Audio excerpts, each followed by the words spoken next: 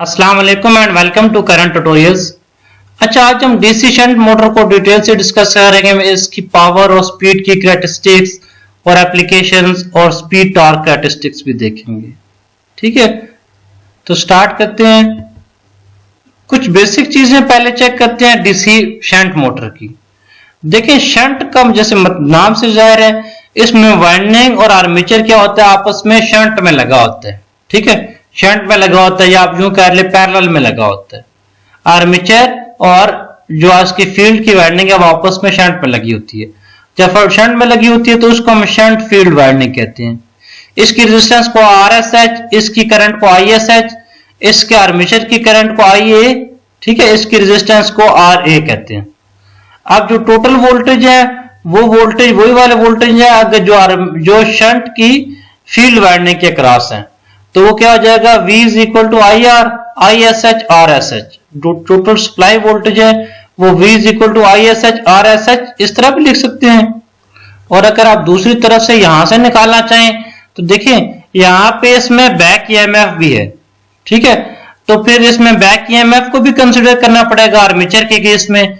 तो यहां पे टोटल वोल्टेज हो जाएंगे EB प्लस IARA, क्योंकि टोटल वोल्टेज है, कुछ बैक EMF पे जाया हो रहे होते हैं, कुछ आर्मेचर करंट में जाया हो रहे होते हैं। तो V is equal to EB plus IARA। ठीक है, V is equal to ISH RSH से फाइंड कर सकते हैं या EB प्लस IARA से फाइंड कर सकते हैं। ठीक है, अगर करंट की बात करें तो जो टोटल सप्लाई करंट है कुछ आर्मेचर में जा रही है और कुछ शंट फील्ड में जा रही है। इसका मतलब है आर्मेचर की करंट और शंट फील्ड की करंट को अगर हम ऐड करें तो टोटल करंट में मिलती है। ठीक है, ये तीन फार्मूले ये हमने लिखे हुए हैं। देखिए, I is equal to IA plus ISH, यानी कि जो टोटल करंट है कुछ आर्मेचर में जा रही है कुछ शंट फील्ड में जा रही है। देखिए, ये जो सप्लाई आ रही है कुछ आर्मेचर में जा रही है कुछ शंट में जा रही है, तो टोटल करंट हो जाएगी आर्मेचर की करंट और शंट फील्ड की करंट के दोनों के सम के इक्वल। इस तरह V वोल्टेज फाइंड करने के दो तरीके हैं। V is equal to ISH RSH, यानी कि इसकी रेजिस्टेंस और इसकी करंट को मल्टीप्लाई कर लें, या दूसरा तरीका ये इस बैक EMF के अंदर IARA ऐड कर लें। ठीक है, बैक EMF के अंदर IARA ऐड कर लें। शंट फील्ड की कुछ पावर इक्वेशंस और टॉर्क एंड स्पीड की इक्वेशंस चेक करते हैं। देखें, टोटल पावर क्या होती है, P is equal to VI। ठीक है, अगर आपकी मोटर है तो उसके अंदर कुछ मैकेनिकल पावर डेवलप होती है, कुछ उसके अंदर लॉसेस होते हैं। तो टोटल पावर क्या हो जाएगी, power input VI is equal to mechanical power develop plus जो लॉसेस हैं आर्मेचर के अंदर लॉसेस I स्क्वायर R हो जाएंगे, शंट फील्ड के अंदर लॉसेस I स्क्वायर RSH हो जाएंगे। देखिए, शंट फील्ड की V is equal to IR होता है, तो यहां से शंट फील्ड के अंदर अगर हमने निकालनी हो उसकी करंट निकालनी हो, या सॉरी शंट फील्ड की करंट है, अगर रेजिस्टेंस को रिप्लेस करना हो R is equal to V over I से, तो R की वैल्यू V ओवर I आ जाएगी। I और I स्क्वायर कट जाएगा तो सिंपली I रह जाएगा, तो क्या जाएगा V इंटू ISH। ठीक है, नीचे वाला I और ये स्क्वायर कट गया और V एज इट इज आ जाएगा। आपको पता है ना Ohm law, V is equal to IR होता है, वहां से R निकाले, R is equal to V over I। V over I में नीचे वाला I और I स्क्वायर कट गया और V इस तरह के साथ। ठीक है, अब देखें मैकेनिकल पावर निकालनी है तो ये I स्क्वायर उधर जाके माइनस हो जाएगा, ये उधर जाके माइनस हो जाएगा, तो बनेगा VI minus V into ISH minus I square R। ठीक है, इन दोनों में से V कॉमन ले लिया तो I माइनस ISH रह गया। अब देखिए, टोटल करंट में से शंट फील्ड की करंट माइनस कर दें तो क्या रह जाती है, आर्मेचर की करंट। तो इस दोनों इसको रिप्लेस कर दिया मैंने आर्मेचर करंट से यहाँ पे। ठीक है, आर्मेचर करंट से जब रिप्लेस कर दिया तो इसमें और इसमें आर्मेचर करंट कॉमन है, तो आर्मेचर करंट कॉमन ले ली, V माइनस IARA रह जाएगा। अब V माइनस IARA किसके इक्वल है, अगर देखें ना टोटल वोल्टेज में से आर्मेचर का ड्रॉप माइनस कर दें तो क्या रह जाती है, बैक EMF। क्योंकि देखें ना टोटल वोल्टेज का फार्मूला क्या था, वोल्टेज आप किस तरह दो तरह से निकालते थे, एक V is equal to ISH RSH, क्योंकि ये वोल्टेज जो है शंट फील्ड की करंट और रेजिस्टेंस को मल्टीप्लाई कर दें, या बैक EMF के साथ IARA कर ले, बैक EMF के साथ IARA ऐड कर ले। अब देखें E जब उधर जाएगा तो उधर माइनस हो जाएगा, ठीक है ना। इसमें से V माइनस आई ए आ रहा है, उधर जाएगा माइनस हो जाएगा, E क्या बनेगा V माइनस आई ए आ रहा है। तो यहीं पे सब्स्टिट्यूट किया, V माइनस आई ए आ रहा है को E से रिप्लेस कर दिया, तो मैकेनिकल पावर बन गई E इंटू आई ए। ये E क्या है, बैक ईएमएफ है। अक्सर जगह इसको EB लिखा जाता है सब्स्टिट्यूट में, ठीक है। तो मैकेनिकल पावर होती है बैक ईएमएफ और आर्मेचर करंट के प्रोडक्ट के इक्वल। अब अच्छा, इलेक्ट्रिकल पावर डेवलप की एक छोटी सी इक्वेशन है। अगर वोल्टेज निकालें V is equal to E plus I आ रहा है, गया आर्मेचर करंट को जब दोनों तरफ से मल्टीप्लाई कर देते हैं तो ये क्या बन जाएगा, mechanical power develop plus I square R. इसका मतलब ये जो आप इनपुट सप्लाई दे रही है, कुछ मैकेनिकल पावर डेवलप हो रही है, कुछ आर्मेचर के अंदर ड्रॉप हो रहा है, इसी तरह कुछ सीरीज फाइंडिंग के अंदर ड्रॉप हो रहा है या सबसीक्वेंट ड्रॉप्स हो रहे हैं। जो टार्क की इक्वेशन है T is equal to 0.159 PG A into 5 dot A होता है, ठीक है। एक स्पेसिफिक मोटर के लिए P कांस्टेंट होता है, G कांस्टेंट होता है, number of poles, number of conductors, A number of paths constant होते हैं, ठीक है। इस फार्मूले को हमने पहले प्रूफ किया हुआ है, आप पिछली वीडियो देख लीजिएगा अगर आपको प्रूफ इसका समझना है तो। अब ये सारी चीजें कांस्टेंट होती है तो इससे लिख सकते हैं T is directly proportional to 5 dot I A, ठीक है। फ्लक्स और आर्मेचर की करंट के प्रोडक्ट के डायरेक्ट प्रोपोर्शनल होता है टार्क। अब फील्ड के, अब टार्क फ्लक्स जो है वो डायरेक्ट प्रोपोर्शनल होता है फील्ड की करंट के, तो फ्लक्स को हमने यहां रिप्लेस कर दिया, फाई की जगह हमने आई एफ लिख दिया, क्योंकि फ्लक्स फील्ड की करंट के लिहाज से चेंज हो रहा होता है, तो हमने यहां फील्ड की करंट डाल दी, आई ए इंटू आई एफ लिख दिया। तो इसका मतलब है टार्क आर्मेचर की करंट और फील्ड की करंट के प्रोडक्ट के डायरेक्ट प्रोपोर्शनल होता है। स्पीड की इक्वेशन है E B N phi G divided by P और P multiply by P over A। एक स्पेसिफिक मोटर के लिए पोल, नंबर ऑफ कंडक्टर्स और नंबर ऑफ पाथ्स कांस्टेंट होते हैं। जो चेंज हो रही है स्पीड चेंज हो रही है, फ्लक्स फाई चेंज हो रहा होता है। तो यहां से हम लिख सकते हैं E B is directly proportional to phi into N।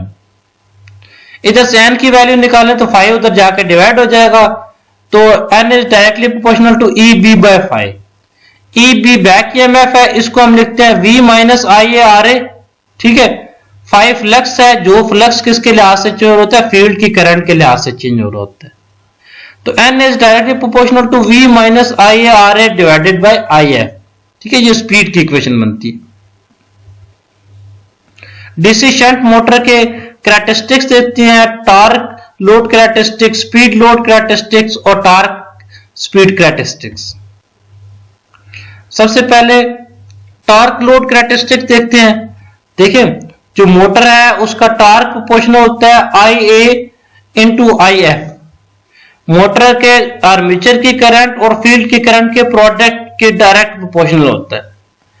अब शंट फील्ड की बात करें तो शंट फील्ड में जो शंट फील्ड की करंट होती है वो कांस्टेंट होती है, ठीक है। जब वो कांस्टेंट होती है तो इसका मतलब ये हुआ कि जितनी जितनी आप आर्मेचर करंट चेंज करेंगे उतना उतना टार्क चेंज होगा।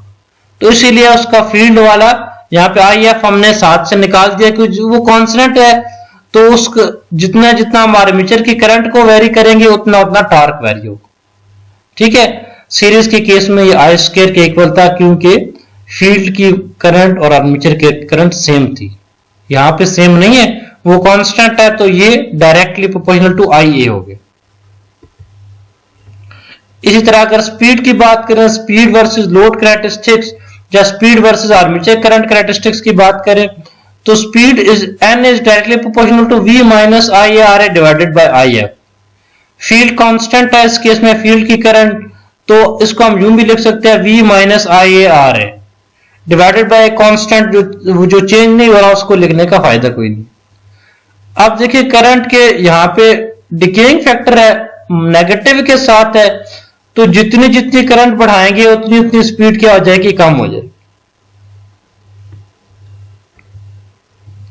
Torque versus speed characteristics of DC shunt motor देखते हैं। देखिए, टार्क और स्पीड कैरेक्टरिस्टिक्स को कंपेयर करने के लिए हमें टार्क और स्पीड की इक्वेशन का पता होना चाहिए। टार्क जो डायरेक्ट प्रोपोर्शनल होता है आर्मेचर की करंट के, और स्पीड जो है आर्मेचर की करंट के इनवर्स प्रोपोर्शनल हो रही होती है, ठीक है। अब देखिए एक आर्मेचर करंट के बढ़ने से बढ़ता है और एक आर्मेचर करंट के बढ़ने से कम होता है। तो इसका क्या मतलब हुआ, एक स्पेसिफिक पॉइंट से अगर आप स्टार्ट करें, अगर कांस्टेंट है तो सही है, अगर आर्मेचर करंट बढ़ रही है तो टॉर्क क्या हो जाएगा, वो बढ़ना शुरू हो जाएगा। इस तरह अगर आर्मेचर करंट कम हो रही है तो टॉर्क कम होना शुरू हो जाएगा, लेकिन स्पीड का हिसाब किताब उल्टा होगा। ठीक है, आर्मेचर करंट जब बढ़ रही है तो टॉर्क जो स्पीड है वो कम हो जाएगी, इसी तरह आर्मेचर करंट जब कम हो रही है तो स्पीड उसकी ज्यादा हो जाएगी। तो इसका मतलब है दोनों आपस में इनवर्सली प्रोपोर्शनल है, ये वाली लाइन दिखाई गई है। ठीक है, आइडियल के केस में ये डॉटेड लाइन होती है, जो आइडियल तो प्रैक्टिकली एग्जिस्ट करना पॉसिबल नहीं है। अच्छा, speed control of DC Motors किस तरह होती है? Speed control of DC motor तीन तरह से होती है, फील्ड से कंट्रोल कर ले, आर्मेचर से कंट्रोल कर ले, या अप्लाइड वोल्टेज से। अब देखिए स्पीड कंट्रोल के लिए स्पीड का फॉर्मूला हमें पता होना चाहिए, n is directly proportional to v minus IARA divided by phi। ठीक है, स्पीड डायरेक्ट प्रोपोर्शनल होती है वोल्टेज के माइनस करंट के, और साथ में रेजिस्टर आर्मेचर की रेजिस्टेंस जो कि कांस्टेंट होती है डिवाइडेड बाय phi के। ठीक है, स्पीड को चेंज कर सकते हैं, अप्लाइड वोल्टेज चेंज कर लें, ठीक है, आर्मेचर की करंट चेंज कर रहे हैं या फ्लक्स चेंज कर लें। तो यही तीन मेथड हैं स्पीड को कंट्रोल करने के। अब ये देखिए फ्लक्स कब डायरेक्ट प्रोपोर्शनल होता है फील्ड की करंट के, तो यहां से फील्ड की करंट को इधर कंट्रोल किया जा रहा है, तो ये क्या हो जाएगा, फील्ड कंट्रोल मेथड हो जाएगा। आर्मेचर की कंट्रोल करना हो तो आर्मेचर के आगे आपने एक रियोस्टेट लगा दें। ठीक है, इसी तरह आपने वोल्टेज से कंट्रोल करना तो सिर्फ अप्लाइड वोल्टेज में एक वेरिएबल लगा दें। डीसी शंट मोटर की कुछ एप्लीकेशंस हैं। डीसी शंट मोटर जो है वो ड्रिलिंग के केस में इस्तेमाल की जाती है, प्रिंटिंग पेपर्स में इस्तेमाल की जाती है, ठीक है, ब्लोअर्स में इस्तेमाल की जाती है। आप करंट ट्यूटोरियल को सब्सक्राइब कीजिएगा, फिर मुलाकात होती है। ठीक है, अल्लाह हाफिज। अस्सलाम वालेकुम and welcome to current tutorials. अच्छा, आज हम डीसी कंपाउंड मोटर को डिटेल से डिस्कस करेंगे। इसमें इसकी टाइप्स हैं, इसकी टॉर्क और स्पीड की कैरेक्टरिस्टिक्स। ठीक है, डीसी कंपाउंड मोटर की पहले कुछ बेसिक चीजें देखते हैं। देखें कंपाउंड का मतलब क्या होता है, मिक्सचर। ठीक है ना, कंपाउंड में हम वाइंडिंग दो तरह की लगाते हैं, शंट की वाइंडिंग भी लगाते हैं और फील्ड की वाइंडिंग भी लगाते हैं। मतलब ऐसी मोटर जो मिक्सचर है सीरीज मोटर का और शंट मोटर का, इसको हम कंपाउंड मोटर कहते हैं। ठीक है, इसमें सीरीज वाइंडिंग और शंट वाइंडिंग दोनों होती है। ठीक है, जैसे ये कनेक्शन में आपको दिखाया गया। अब देखिए सीरीज वाइंडिंग और शंट वाइंडिंग बनाई कैसे जाती है। अब सीरीज वाइंडिंग क्योंकि ज्यादा करंट को कैरी करने के लिए इस्तेमाल की जाती है, तो इसको हम ज्यादातर मोटी तार से बनाते हैं जिसका क्रॉस सेक्शनल एरिया ज्यादा हो और चंद टर्न्स बनाए जाते हैं। ठीक है, इस वाइंडिंग की रेजिस्टेंस कम होती है।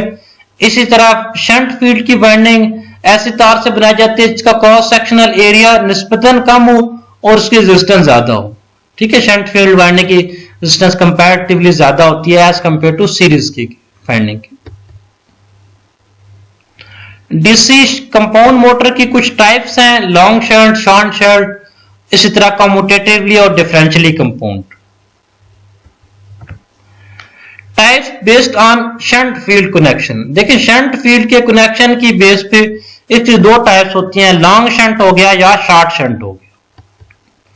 शॉर्ट शंट का मतलब क्या होता है कि आर्मेचर के साथ जोड़ के आपने लगाए हुए शंट वाइंडिंग। ठीक है, शॉर्ट शंट आर्मेचर के साथ जोड़ के आपने शंट फील्ड वाइंडिंग लगाई हुई। ठीक है, उसका डिस्टेंस शॉर्ट है उसके साथ। इसी तरह लॉन्ग शंट वाइंडिंग, इसका मतलब यह है कि जो पैरेलल वाइंडिंग है वो थोड़ी दूर करके लगाई हुई है आपने। आप इसको अपने याद रखने के लिए लॉन्ग शंट को मतलब यह है कि शंट वाइंडिंग लॉन्ग डिस्टेंस यानी कि थोड़े फासले पे लगाई गई है।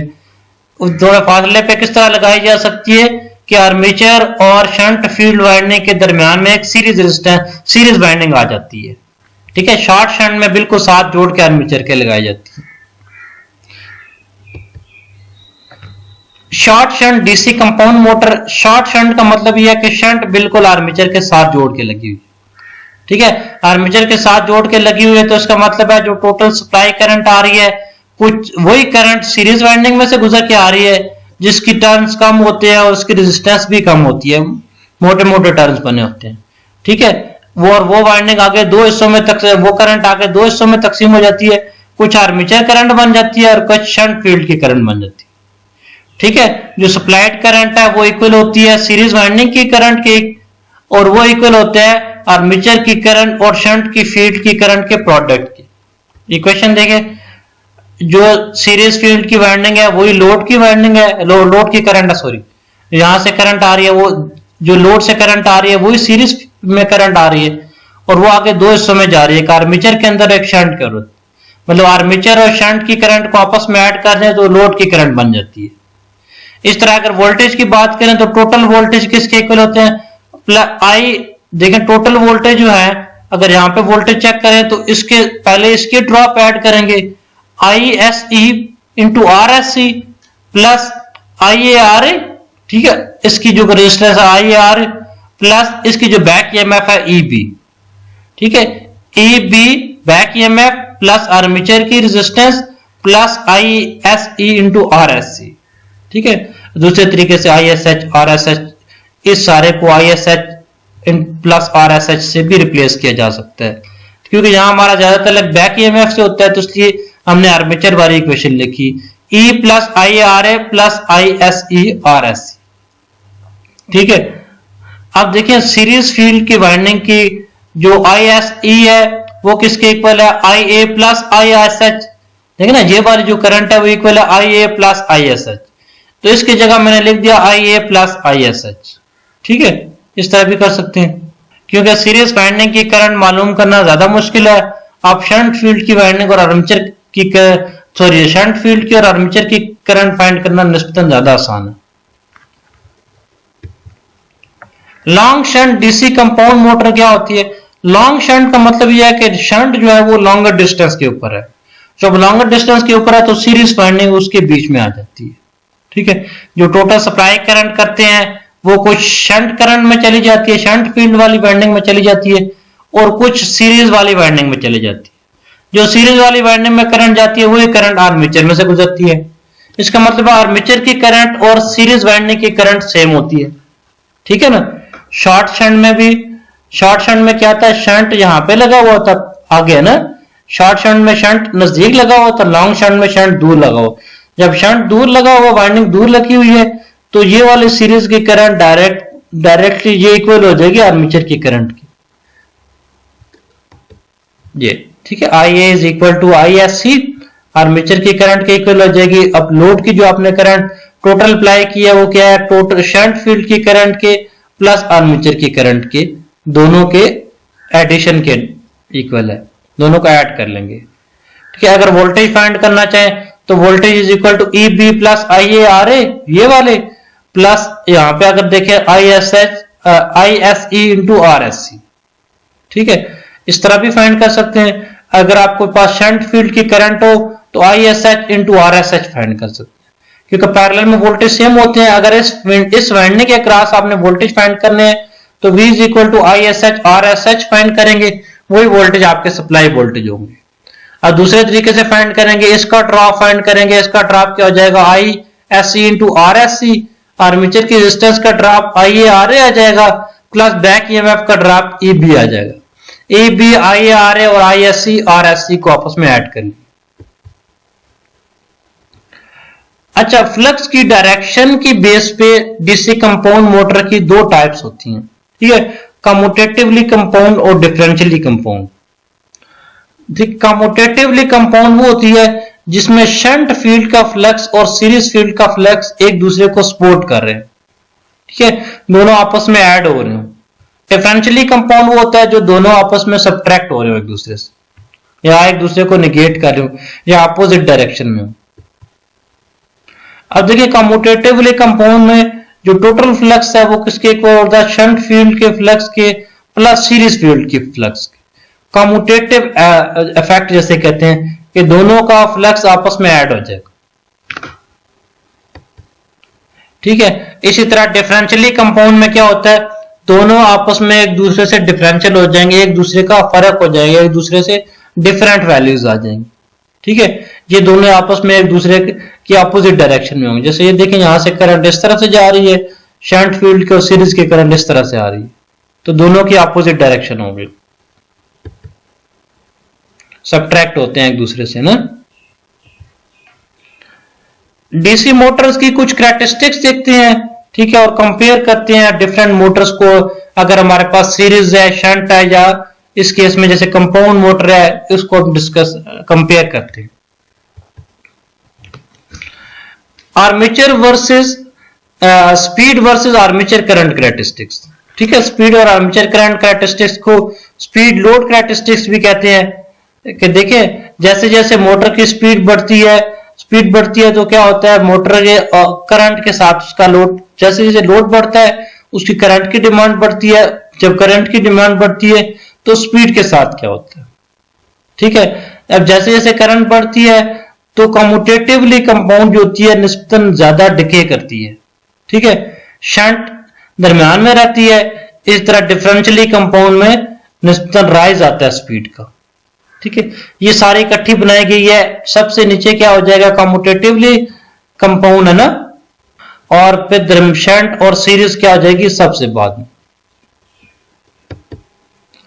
स्पीड लोड का कम्यूटेटिव की केस में देखें जो दोनों वाइंडिंग्स है वो एक दूसरे को हेल्प कर रही होती है, तो वो डायरेक्ट प्रोपोर्शनल होती है।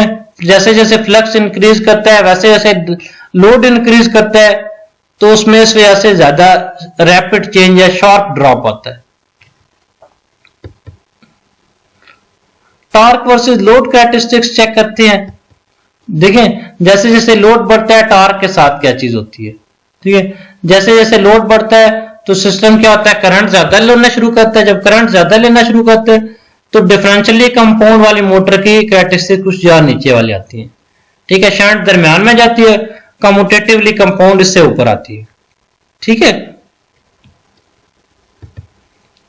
इस केस में कम्यूटेटिवली कंपाउंड के केस में जो टॉर्क है वो इंक्रीज करता है with increase of sudden load. जैसे जैसे लोड बढ़ता है कम्यूटेटिवली कंपाउंड में टॉर्क उसका इंक्रीज करता है, तो इसी वजह से ये ज्यादा सूटेबल होती है जहां पे सडन एप्लीकेशंस हैं, हैवी लोड है, पंचिंग है या ड्रिलिंग के केस में कम्यूटेटिवली कंपाउंड ज्यादा बेहतर होती है, क्योंकि जैसे जैसे लोड बढ़ता है इसमें अंदर टॉर्क डेवलप ज्यादा हो जाता है। और इसके अलावा टॉर्क स्पीड कैरेक्टरिस्टिक्स देखते हैं डीसी मोटर के केस में।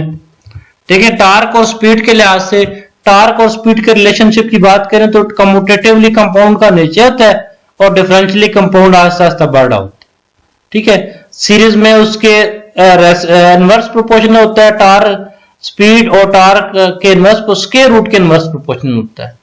जबकि शंट में जो स्पीड होता है v minus I A R A होता है, और जो टॉर्क होता है वो डायरेक्ट प्रोपोर्शनल होता है। तो आइडियल के केस में यहां पे रहता है, प्रैक्टिकल के केस में थोड़ा डाउन होता है, ठीक है। करंट ट्यूटोरियल्स को सब्सक्राइब कीजिएगा, फिर मुलाकात होती है। अल्लाह हाफिज।